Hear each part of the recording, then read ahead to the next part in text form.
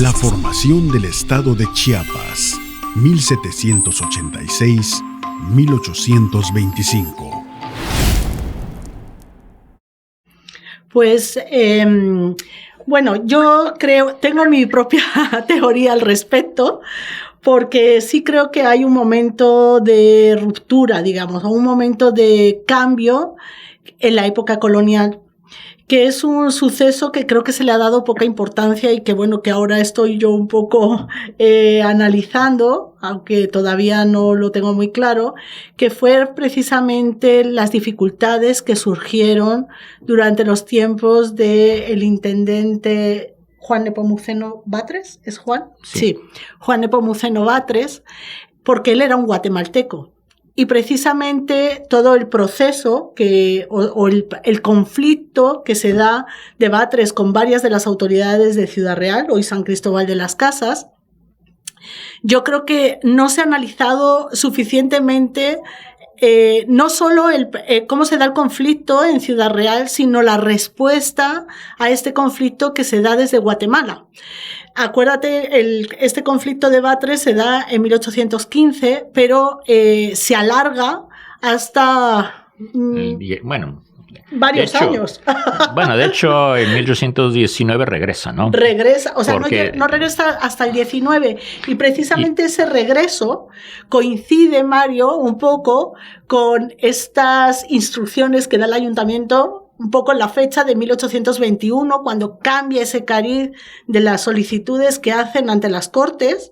Y me parece que ese evento no se le ha dado mayor importancia. Nos hemos volcado más en todo lo que aconteció con José Mariano Valero y creo que eso nos puede dar una respuesta, ¿no? De cómo se van cambiando la forma de percibir o que llega, digamos, coloquialmente, que es la gota que colmó el vaso, ¿no? Sí, hay que tomar en cuenta también que el último momento de Batres es en 1822, ¿no? En enero del 22. Sí, que es jefe político. Jefe político y no quiere firmar los nombramientos de los diputados al Congreso mexicano. Y como se niega, bueno, mandan a llamar a Mariano Robles para intentar conciliar el punto, pero finalmente no hay, digamos, punto de conciliación. Entonces lo que hacen las autoridades de Ciudad Real es destituirlo, lo escoltan fuera de la ciudad y, bueno, de regreso a Guatemala, ¿no? Ahí desaparece de la escena política. Bueno, entonces, como ves, pues trataremos de darte respuesta. Si me permiten. Sí, claro. Y sobre todo pensando en la audiencia. En la audiencia me refiero a la audiencia, los que nos público escuchan. que esté escuchando esto. Cómo en este diálogo están surgiendo planteamientos muy relevantes, vaya. Son ideas, son conceptos historiográficos que ahorita mismo estamos en discusión. Y un poco para que la gente también tenga idea de cómo trabajamos los historiadores, ¿verdad? Claro, es a través de muchas veces diálogo, a partir de interpretaciones, de ideas. Porque mira, yo coincido plenamente con lo que acaban de decir. Lo único que señalo es que yo pienso que este nivel al que se refieren de cierta identidad, digamos, que se forma en este tipo de litigios contra el jefe político, atañe fundamentalmente a grupos de élite. Claro. ¿Verdad? Pero poquito después, justo en esta coyuntura, sobre todo a partir de que se establecen y comienzan a funcionar los ayuntamientos constitucionales y se va ampliando el debate y se va incluyendo a otras personas en la discusión política, inclusive que comienzan a circular noticias, comienzan a circular periódicos, entonces me refiero a periódicos que llegan de la capital mexicana o escritos que llegan desde Guatemala. Es entonces que la discusión política se amplía, digamos. Yo considero que en esta coyuntura se ciudadaniza Chiapas y al ciudadanizarse al iniciarse la ciudadanización, es que entonces ya podemos pensar en que la identidad o la identificación de personas que vivían en Ixtacomitán, que vivían en Tapachula, que vivían en Simojovel, se interconectan y cobran conciencia de su vínculo como provincia y como entidad política y como ámbito ciudadano o ámbito de ciudadanía. Sí, a eso me refiero. Sí, porque además la idea esta, vamos a hablar en otro momento de los ayuntamientos constitucionales, pero bueno, es una institución que va a iniciar y que les va a dar un papel importante dentro de las decisiones de gobierno. Entonces creo que sí, es efectivamente no todos los pueblos, pero algunos pueblos, digamos, que toman conciencia de su papel político, ¿no? Dentro de la política. Pero bueno, creo que podemos ir un poquito atrás para que las personas que nos escuchen no se pierdan. Nos habíamos quedado en que Chiapas forma parte del Imperio Mexicano, del Imperio de Iturbide, hasta marzo de 1823, si no estoy mal. Y en esos años, o sea, ¿qué sucede en Chiapas? ¿Tenemos información suficiente para un poco saber qué gana Chiapas o cómo se hace la nueva estructura o qué cambios hay en Chiapas entre 1821 y 1823? Yo mencionaría al menos dos o tres muy importantes. Primero, Chiapas, al unirse al Imperio Mexicano y separarse de Guatemala, queda de manera de facto en una condición de mucha autonomía. Y ya que se establecen los ayuntamientos, coincide todo esto en unos cuantos meses, ¿verdad? Sí. Que se establece los ayuntamientos constitucionales, se produce la separación de Guatemala, la unión a México, y este personaje que mencionaron, Batres, deja la jefatura política. Y entonces quien reemplaza a Batres, creo que por primera vez en toda la historia de la provincia, ¿verdad? Si no me equivoco, corríjanme ustedes. A ver. Es un chiapaneco. Pues quien queda al frente como jefe político. Recuérdame, Sergio, es Mariano José de Rojas. En ese momento es Manuel José de Rojas. Manuel José de Rojas. Bueno, sí, en la historia política sí, aunque no es en la historia de la iglesia y de los diezmos y de la administración civil, llevaba como 40 años de estar activo. Entonces, pero sí, es una figura vieja dentro de la administración, metido en cuestiones de carácter administrativo, un tanto jurídico, sí. Aunque él no era abogado, pero se maneja muy bien en el ámbito civil y eclesiástico. Es Manuel José. Y es un personaje muy importante en la historia de ese momento, que por cierto, me parece que está bastante olvidado, ¿no? No se le suele mencionar, ¿verdad? Sí, mira, el otro día que estuvo aquí Justus decíamos que, bueno, en estos debates también surgen, pues, temas que aún no se han trabajado. Efectivamente, como decías hace un momento, muchas personas tienen la idea de que los historiadores estamos metidos en nuestro pequeño cubículo ahí, solos con nuestros documentos, pero finalmente, como decíamos, en este intercambio de ideas, pues surgen temas que también pueden ser temas para los chicos que nos escuchan, los chicos y las chicas que están estudiando historia y que, bueno, tienen temas de tesis en temas que pareciera que ya no hay nada que decir, ¿no? Pareciera que ya se sabe todo sobre la independencia, sobre la incorporación, etcétera, pero todavía hay muchas cosas que trabajar y una de ellas creo que es hacer una buena biografía de Manuel José de Rojas, entre otros personajes, ¿no? Pues sí. Claro que sí, claro que sí. Sí, porque es una figura interesante que ha estado ahí desde finales de los años 70 del siglo XVIII. Y bueno, no sabemos mucho de él. No sabemos. Que después, acuérdense que después él va a ser el primer gobernador ya en el periodo de la República. De la Unión a México. Sí, es el primero. Decir, es el primero. Entonces, bueno, ¿a qué me refería? Yo decía que eran dos cambios muy importantes, ¿no? Uno es eso, que de alguna manera los chiapanecos en aquel momento en la unión al Imperio Mexicano adquieren un alto nivel de autonomía en asuntos políticos, es decir, el manejo de los asuntos de la provincia queda fundamentalmente en manos de voy a decir chiapanecos, aunque algunos quizá eran oriundos de otros lugares, pero era gente afincada en la provincia, ¿verdad? Uh-huh. Entonces era esta idea de cómo se usa la palabra hoy muy común, se empoderan uh-huh. los chiapanecos. Ese es un cambio fundamental.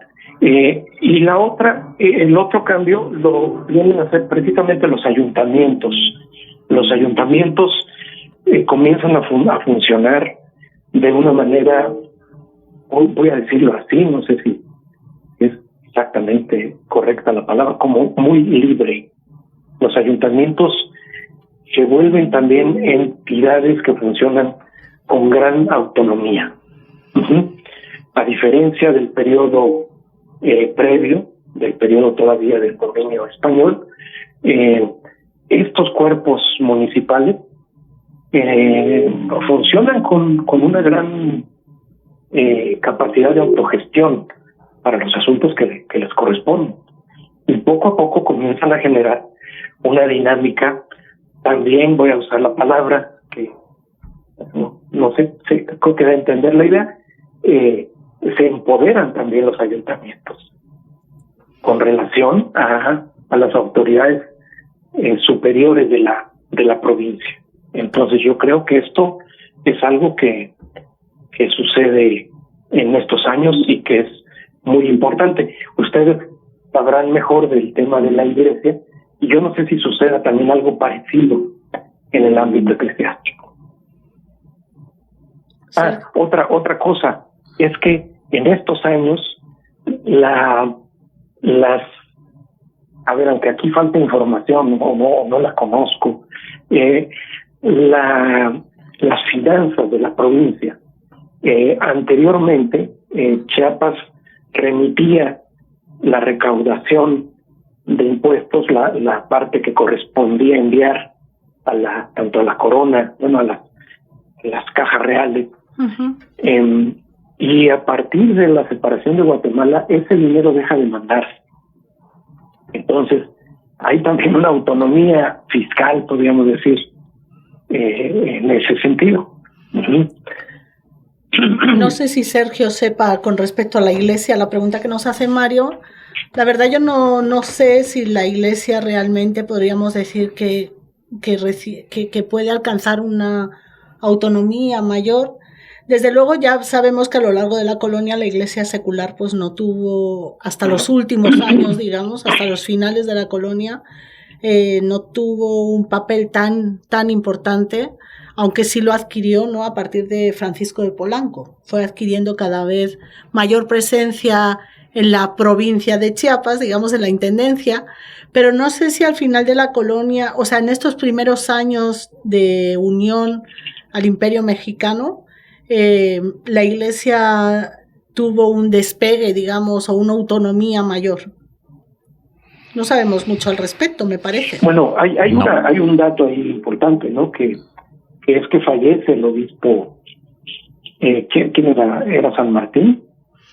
Sí, de hecho queda vacante el obispado. Queda vacante la sede episcopal. Sí, durante 10 años. Ajá. No hay obispo y quien gobierna la iglesia chiapaneca en esos años es el cabildo eclesiástico, sí, que es un cuerpo colegiado, integrado igualmente por gente, digamos, arraigada en la provincia.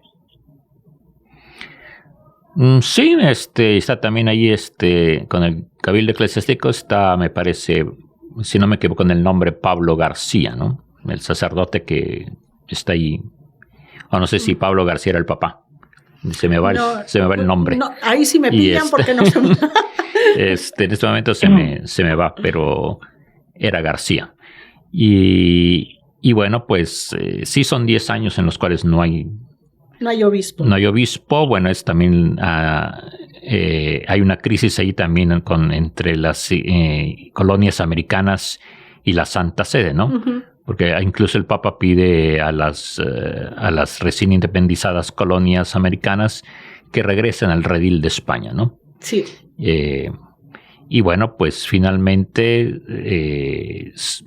hay obispo hasta 1831-32, cuando llega el primer obispo chiapaneco de la historia, ¿no? Fray Luis García Guillén, que era comiteco.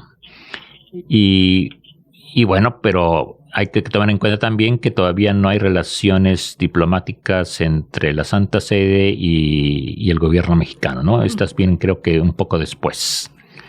Y viene el conflicto de las reformas que intenta establecer Valentín Gómez Farías, ¿no?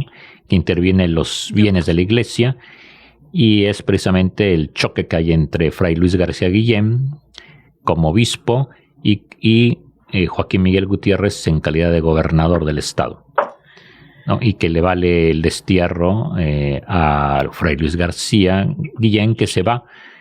Y bueno, según eso iba a salir fuera de México, se iba para España, pero muere en Campeche.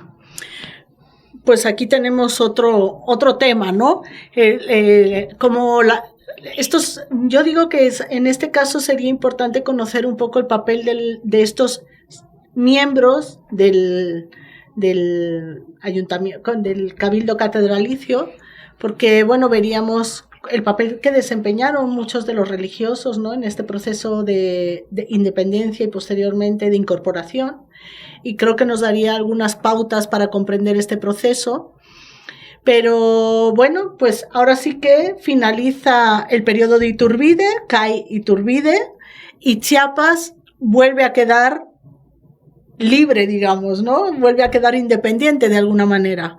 Y ahí viene un proceso que a mí me parece muy interesante, que es el proceso de decisión nuevamente de, bueno, nos unimos a Guatemala o nos unimos a México. ¿Cómo se vivió este proceso? Porque creo que hubo varios momentos en los que se votó, se dieron... ¿Cómo se da este proceso de decisión? Bueno, si quieres, doy un poquito de contexto, ¿verdad? Venga. Cuando cae Iturbide, en México se declara el fin del proyecto imperial. O sea, no solamente cae Iturbide como gobernante, sino que México cambia de régimen político. Sí. Y se decide, solo deciden los diputados del Congreso mexicano, deciden que México será constituido como una república. Y entonces se convoca se reúnen los diputados y comienzan a trabajar en un Congreso constituyente, ¿verdad? Para establecer para redactar la Constitución y determinar, digamos, el perfil del Estado mexicano. Lo mismo sucede en Centroamérica. Cuando cae Iturbide, los centroamericanos, de manera bastante generalizada, deciden separarse del Estado mexicano y pasar a constituir su propia república. Uh-huh. Es decir, en 1823, a mediados, mexicanos y centroamericanos, cada uno por su parte, están en el proceso de constituirse como república. Chiapas queda en medio, porque por un lado no participa en el proceso de constitución de la República Mexicana, pero tampoco en el proceso centroamericano. Sucede que en Chiapas hay una discusión de la que conocemos relativamente poco, porque es bien extraño, ¿verdad? En 1821 hubo un gran entusiasmo por unirse a México. Prácticamente fue una decisión que se tomó de manera unánime por las autoridades no solo las autoridades de la capital de la provincia, sino de todas las cabeceras, de manera entusiasta. Y de repente, en 1823, ese entusiasmo ya no es el mismo. Ha decaído. Ha decaído el entusiasmo, exactamente, ¿no? Y han surgido dudas, ¿verdad? Y una parte de los dirigentes chiapanecos tienen dudas, ¿verdad? Y consideran que a lo mejor es más conveniente participar en el proceso centroamericano.